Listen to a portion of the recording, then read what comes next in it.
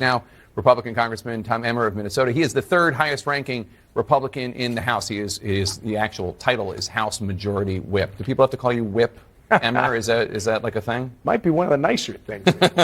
So let me ask you first of all about Gaetz. Today, the House Ethics Committee postponed the meeting where they were going to decide what to do with the report. Speaker Johnson said earlier today that he doesn't think that this report about these allegations, this investigation into Matt Gaetz, should be released. But there are senators, Republican senators, who would like to read it for the confirmation hearing. Take a listen.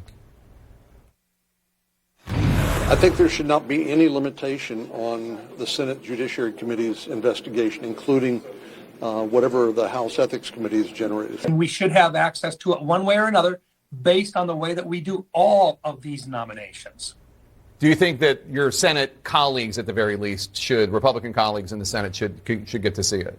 Well, let's remember first, Jake, that the Biden Attorney General, Merrick Garland, used the office to prosecute his political opponents and to go after parents who were peacefully protesting at school board meetings. Donald Trump ran on a promise to shake up Washington, D.C. He's doing exactly that, and Matt Gaetz is one of the examples. Right, but there are questions about that your colleagues on the House Ethics Committee, Republicans and Democrats, were looking into, and Republicans in the Senate say we'd like to see that before we confirm him. Is that an unreasonable request, you think? Actually, when you look at what Matt Gaetz has done over the last, I think he spent the last 6 years on the Judiciary Committee, which has direct oversight over the Department of Justice and the Attorney General's office. I think he's the perfect pick for this job because, again, you can't fix what's broken by taking people from inside what they broke. You're going to have to bring people from outside. You're going to have to bring change agents.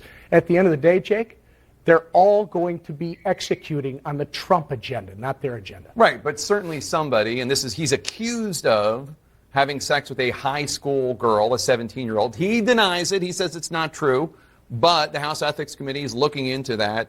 Whether or not he's good at his job or will be good at his future job, your Republican Senate colleagues say we'd like to see what's in the report. Jake, this was investigated by the FBI. I think the FBI is probably the preeminent investigation arm of the government, not a House Ethics Committee. That FBI gave that investigation to the Attorney General's office or to the Department of Justice. They chose not to prosecute because there wasn't a crime to charge. They closed their file. I don't know that there wasn't a crime to charge. I think they didn't think that they weren't confident they could get a conviction, I think. Jake, again. Yeah. So you're going to convict him in the court of public opinion. I'm just trying to do a nice thing for John Cornyn. Does anyone believe that the Biden Justice Department, if they had evidence to charge Matt Gaetz with a crime, wouldn't have done it? They don't have the evidence. They closed the file. Matt Gaetz is a great pick. So let me ask you about the confirmation process, because there are questions about whether or not the Senate is just going to adjourn and give President-elect Trump an opportunity just to do recess appointments, or I guess he'd be president at the time. President Trump had the opportunity to do recess appointments. John Thune, the newly elected Republican Senate Majority Leader, said this last night on Fox. You know, you have to have all Republicans vote to recess as well. So the same Republicans that you mentioned that might have a problem voting for somebody under regular order probably also have a problem voting to put the Senate into recess. You have to have concurrence from the House. There's a process. There is this other contingent, this other provision that if the House and the Senate can't agree, I can't even get into it, it's too in the weeds, but you know what I'm talking about. Do you think Donald Trump should be able to just do recess appointments and bypass the normal way of having a confirmation hearing? Look, I'm in the House.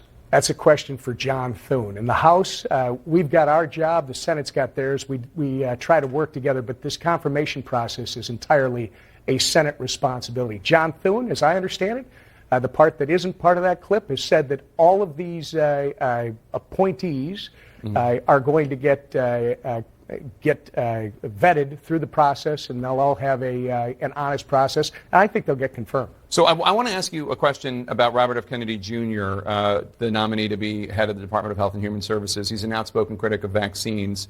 I want to bring up Minnesota, where you're from, because there's no mandate for kids to get the measles vaccine in Minnesota, I don't believe. And the latest numbers released yesterday show that there are 52 cases of measles in Minnesota. 28 of those cases are among kids under the age of 5. Currently, there are 12 in the hospital.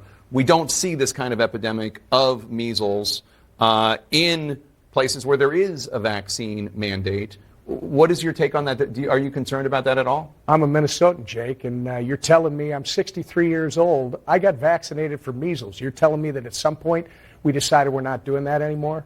I think that's a poor example. Bottom line is Donald Trump was elected to shake things up in Washington, D.C. Robert F. Kennedy Jr., as the HHS secretary, will be moving to enact the Trump agenda. This is what the country asked for, and he's going to honor the promises that he campaigned on. But you don't think that the country asked for measles? Again, Jake, you're trying to... Well, tell me what's going on in Minnesota. Because again, you're going to have to give me more information. Okay. Because bottom line is, I believe everyone is vaccinated for measles in Minnesota. If there's something that has changed, that's news to me. Okay.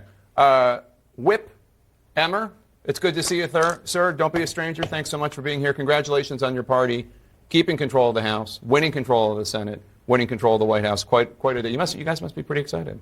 You haven't had a day like this since. Well, I can't even keep. Oh, Jake, we haven't had a day like this since last Tuesday. It's great. You know what I mean. All right. Anyway, thanks for being here. Appreciate it. Then there's the renewed attention.